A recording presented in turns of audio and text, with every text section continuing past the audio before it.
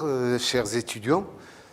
Donc, on va voir aujourd'hui quelques exercices de la première série des exercices donc, de TD1 de la génétique des organismes haploïdes. Nous avons travaillé ensemble, premier exercice, deuxième, troisième et quatrième. Donc, aujourd'hui, on va voir ensemble l'exercice numéro 5. Donc, vous avez les séries TD, vous les avez. Donc, on va faire ensemble le cinquième, le sixième et le septième exercice de la première série. Pour l'exercice numéro 5, on croise deux souches de Neurospora, l'une mutée pour le gène A et l'autre pour le gène B. La première qui est mutée pour le gène A, elle est donc sauvage pour le gène B. Et la deuxième souche, elle est mutée pour le gène B, donc elle est sauvage pour le gène A. Donc on étudie ici la transmission de deux gènes. Alors, les résultats obtenus suite à ce croisement, ils sont dans ce tableau-là. Et on nous demande de déterminer la liaison éventuelle entre les deux gènes A et B. Donc, autrement dit, on nous demande de déterminer est-ce que ces deux gènes sont liés, c'est-à-dire est-ce qu'ils sont portés par le même chromosome, ou bien ils sont indépendants, c'est-à-dire portés par différents chromosomes.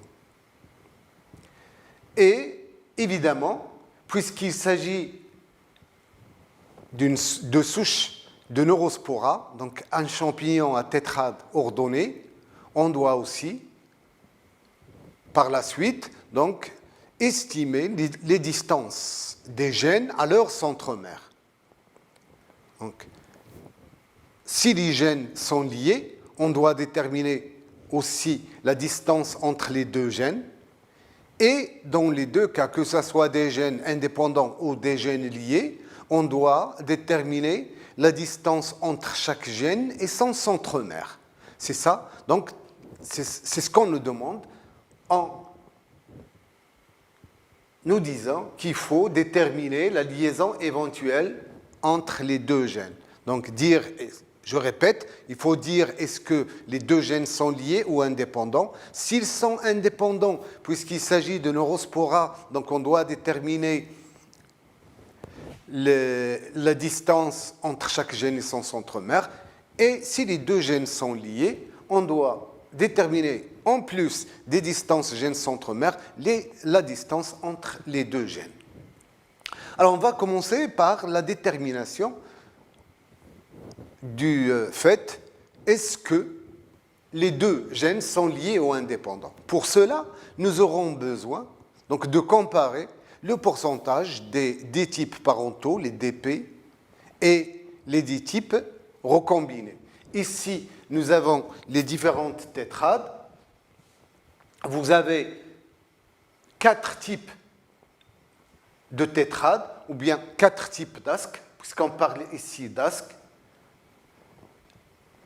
L'effectif rencontré pour chaque type, et vous avez les différentes ascospores pour chaque type.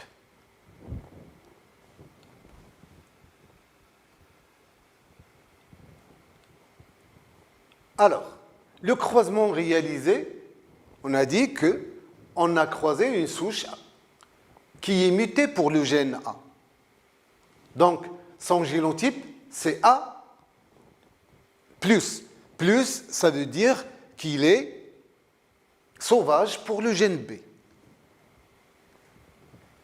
La deuxième souche avec laquelle est croisée celle-là est une souche qui est mutée pour le gène B. Donc son génotype, c'est plus B, c'est-à-dire sauvage pour le gène A, muté pour le gène B.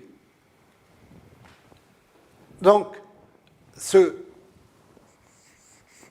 croisement-là, on peut le noter A+, croisé avec plus B. On peut le noter aussi, donc muté pour A, et sauvage pour B, donc on peut le noter B+. Croisé avec la souche A+, et muté pour B, donc c'est l'allèle B. Donc les croisements, on peut le noter de cette façon-là. Les deux notations sont valables. Le premier type d'asque, il renferme des spores A+, c'est-à-dire A, B+. Donc pour simplifier, on va toujours donc dire A+, une deuxième spore aussi qui est A+, puis la troisième ascospore qui est A+, la quatrième également A+, ainsi de suite. Voilà les ascospores du deuxième asque, les ascospores du troisième, les ascospores du quatrième asque par la suite. Donc pour chaque asque, on doit dire est-ce que c'est un DP ou bien c'est un tétratype, TT, ou bien c'est un DR, c'est-à-dire des types recombinés. Pour cela, nous devons examiner les différentes ascospores, c'est-à-dire voir ces asques-là, qu'est-ce qu'ils contiennent comme ascospores. Est-ce qu'ils contiennent uniquement des ascospores parentales, dans ce qu'on va dire que c'est un DP, ou bien il contient uniquement des spores recombinantes, donc on va dire que c'est un DR. Ou bien il contient la moitié des spores parentales et la moitié des spores recombinés, et là on va dire que c'est un tétratype. Le croisement est le suivant. Donc ici, les spores parentales vont avoir comme génotype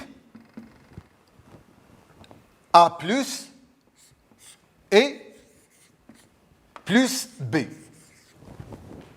Donc voilà, ce sont les spores parentales. Par contre, les spores recombinantes,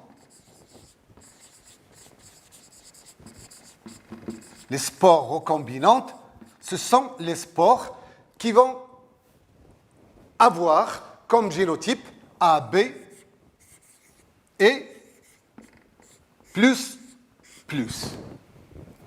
Donc voilà. Les génotypes des spores parentales, c'est A+, et plus B. Et ici, ce sont les spores recombinantes AB. Ils ont pour génotype AB et plus.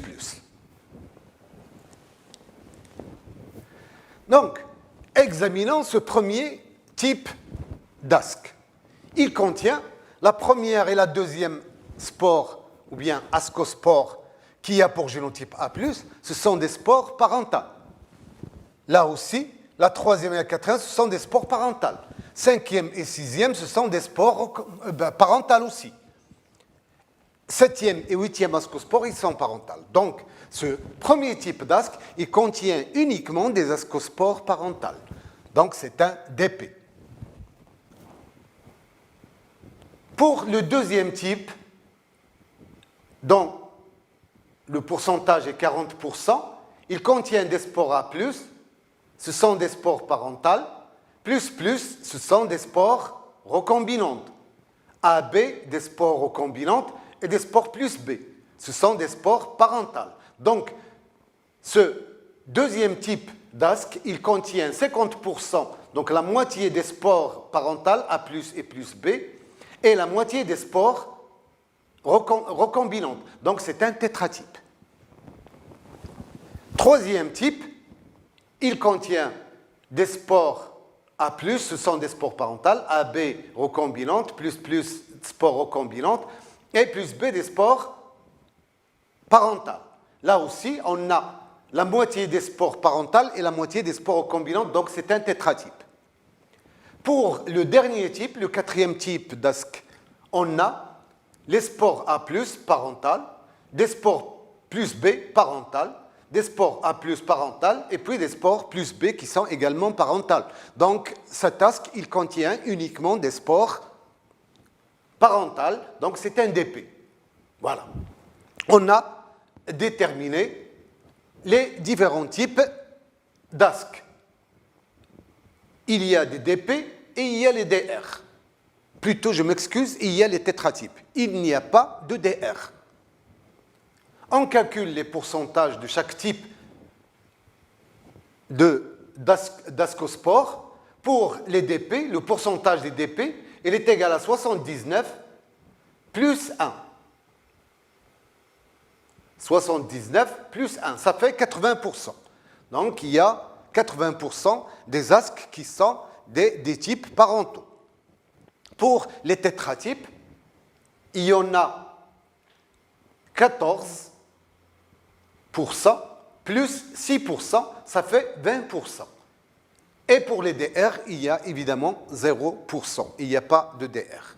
Donc, on remarque que le pourcentage des DP est supérieur au pourcentage des DR, ce qui montre que les deux gènes sont liés, c'est-à-dire ils sont portés par le même chromosome. Pour dire que ce sont des gènes indépendants, c'est-à-dire portés par des chromosomes différents, il faut bien sûr que le pourcentage des DP soit égal au pourcentage des DR. Là, les deux gènes sont liés puisque le pourcentage des DP est supérieur au pourcentage des DR. Et on va donc calculer la distance entre les deux gènes, puisqu'ils sont situés sur le même chromosome. Cette distance, elle est calculée sur la base de cette formule-là qui a été démontrée dans le cours. La distance donc entre les deux gènes A et B, elle est égale à 1,5 fois le pourcentage des tétratypes plus 3 fois le pourcentage des DR. Le pourcentage des DR est égal à 0, donc cette distance-là, elle est égale à 1,5 fois le pourcentage des tétratypes, ce qui est égal à 1,5 fois 20, ce qui est égal à 10 centimorgans. Par la suite, donc, il faut que l'on détermine la distance de chaque gène à son centre-mère parce qu'il s'agit d'un champignon à tétrade ordonné. Donc, on peut estimer la distance entre le gène et le centre-mère en se basant sur le pourcentage de post-réduction, sachant que la distance gène-centre-mère, donc gène centre-mère, est égale à 1,5, donc 1 sur 2 fois le pourcentage de post-réduction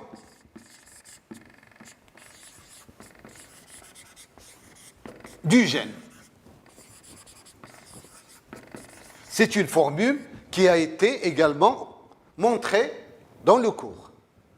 Donc la distance gène-centre-mère est égale à 1,5 fois le pourcentage de post-réduction du gène. Donc on doit étudier pour chaque gène, les gènes A et B, on doit étudier pour eux la pré-réduction et la post-réduction. Dans quel asque ils sont post-réduits et dans quel asque ils sont pré-réduits.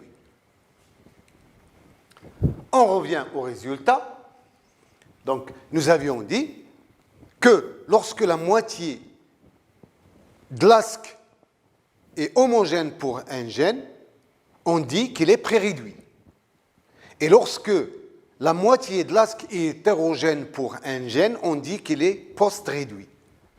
Alors, pour le premier type d'asque, pour le gène A, on a première et deuxième spore qui est A, troisième et quatrième qui est également A. Donc, la moitié de l'asque est homogène pour ce gène A. Ils contiennent 4 spores A et 4 spores plus, c'est-à-dire des spores A+, l'allèle sauvage du gène A. Donc, pour ce gène A plus A, cet asque-là, ce gène est pré-réduit. Pour le gène B, toujours pour le même type d'asque, ce type 1, on a B+, B+, et puis BB. Donc, pour ce gène B, la moitié de l'asque est également homogène. Donc, ce gène est pré-réduit pour ce type d'asque. Voilà, donc il est pré-réduit, A est pré-réduit, et aussi B, il est pré-réduit. Pour le deuxième type d'asque, nous avons pour le locus du gène A, ici une spore qui a pour génotype A, et là une spore qui a pour génotype A+. Donc la moitié de l'asque, il est hétérogène. Donc le gène est post-réduit. Mais pour B, nous avons première et deuxième spores qui sont B+, troisième et quatrième qui sont également B+, donc la moitié de l'asque est homogène. Donc pour B, et pour ce deuxième type d'asque, le gène B est pré-réduit, parce que la moitié de l'asque est homogène pour ce gène B.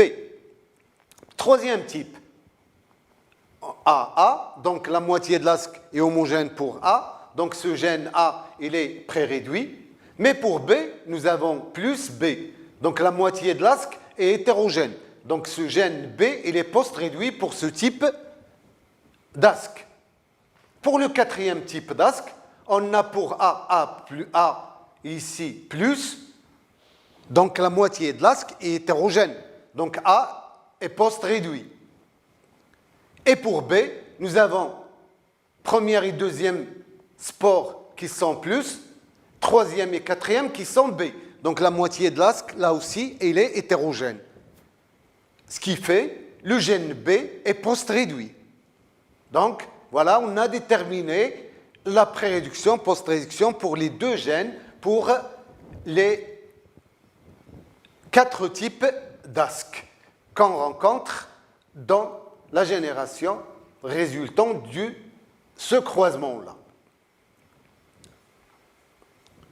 Donc,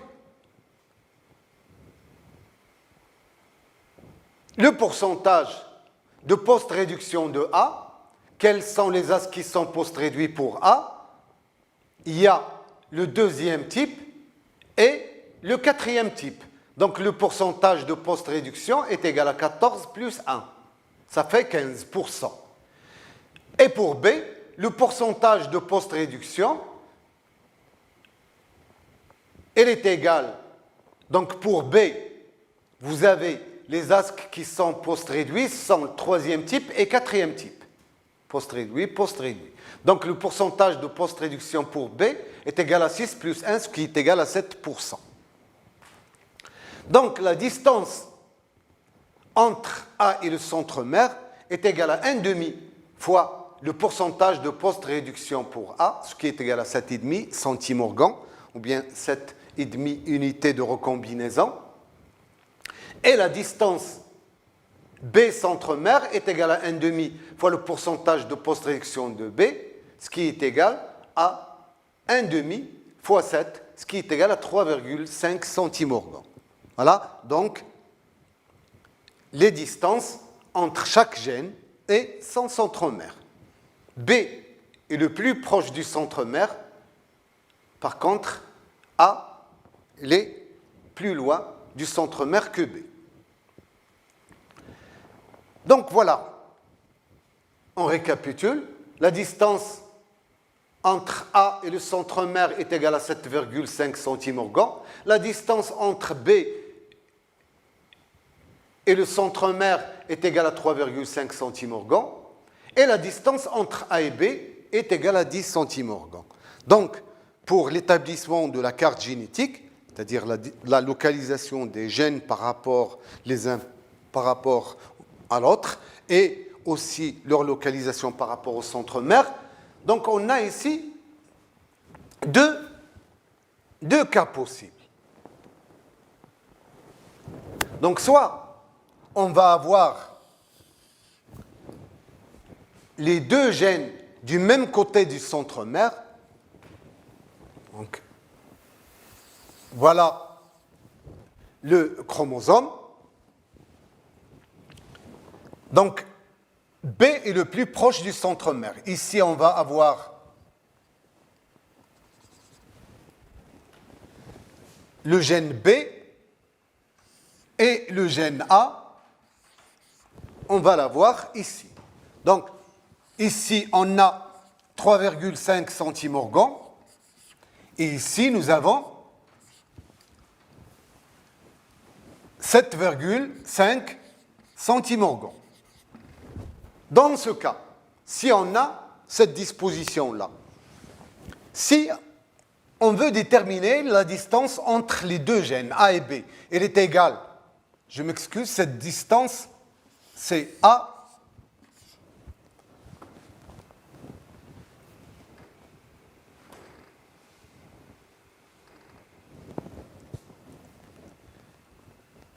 centromère, 7,5 centimorgans.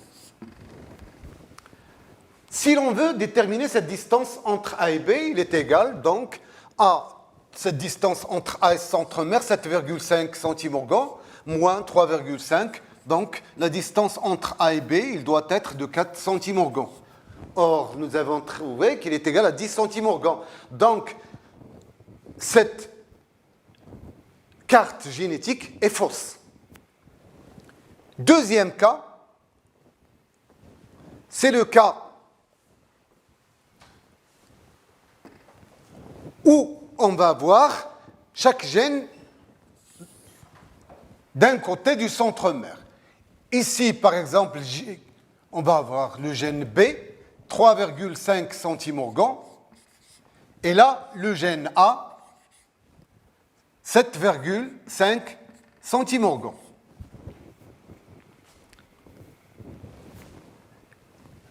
Dans ce cas, la distance entre A et B, elle est égale à 3,5 plus 7,5, ce qui est égal à 11 centimorgans. Donc c'est plus proche. C'est donc cette carte génétique qui est juste. Mais on remarque que les distances ne sont pas additives. La distance entre A et B, en admettant cette carte génétique, elle est égale à 11 centimorgans. Et sur la base de la formule distance entre les deux gènes qui est égale à 1,5 fois le pourcentage des tétratypes plus 3 fois le pourcentage des DR, on a trouvé 10 centimorgans. Donc, il est sous-estimé par cette formule-là. Ça veut dire qu'il y a des remaniements chromatidiques qui n'ont pas été pris en considération dans la formule. Revenons aux résultats. Les résultats trouvés sur donc, le calcul de la distance entre les deux gènes A et B sur la base de cette formule-là, 1,5 fois le pourcentage tétratype. Donc, on a pris en considération uniquement ces deux types d'ASC, deuxième type et troisième type. Examinons ces DP-là. Pour ces ASC de type 4, les deux gènes sont post-réduits. Et on sait que si ces deux gènes sont post-réduits, c'est parce qu'il y a eu entre chacun et le centromère un crossover. Donc il y a eu des remaniements chromatidiques qui ont donné naissance à ce quatrième type d'ASC. Ces remaniements chromatidiques, ils n'ont pas été pris en considération pour cette formule. Donc finalement, cette formule, il nous a estimé la distance pour qu'on puisse établir la carte génétique. Et il faut la corriger donc, en tenant en considération les remaniements chromatidiques qui ont eu lieu soit entre chaque gène et le centromère, soit entre les deux gènes. Donc, nous devons établir nous devons donc identifier tous les remaniements qui ont eu lieu pour chaque type d'ASC. Et bien sûr,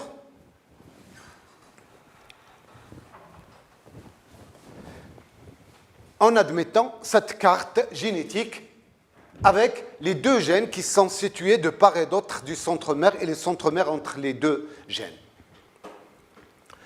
Alors, là, ce sont des asques.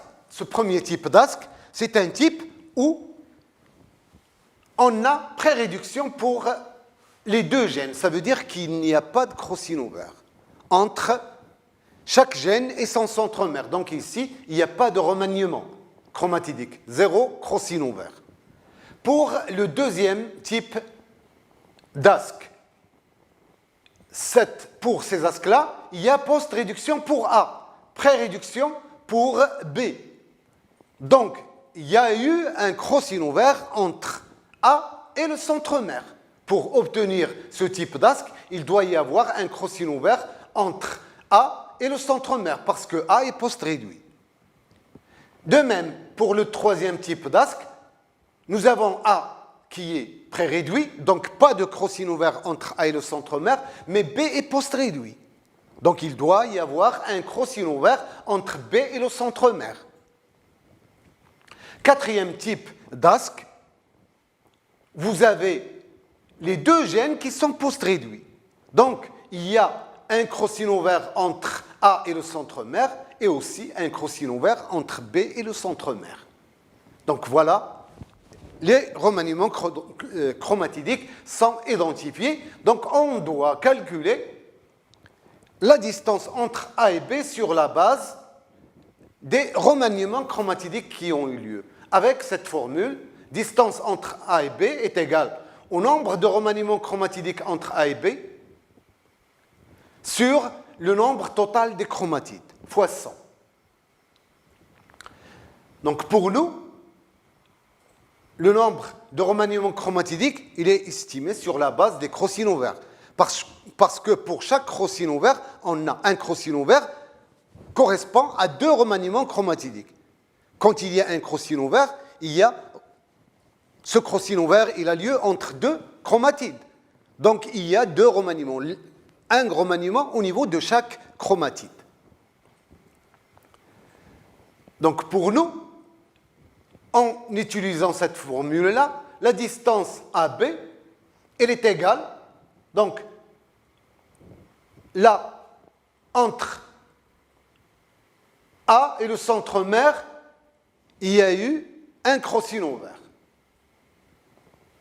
Donc 2 remaniements chromatidiques. Donc c'est un espace entre les 2 gènes A et B. Donc 2 fois 14. 14, c'est le pourcentage de ces asques, fois 2 parce qu'il y a un crossover, donc il y a eu 2 remaniements chromatidiques. Plus, là aussi, il y a post-réduction pour B. Donc il y a un crossover entre B et le centromère. Et c'est un espace qui est compris entre les 2 gènes, A et B. Donc, plus 2 autres remaniements chromatidiques fois 6. Parce que ces asques représentent 6% de la descendance.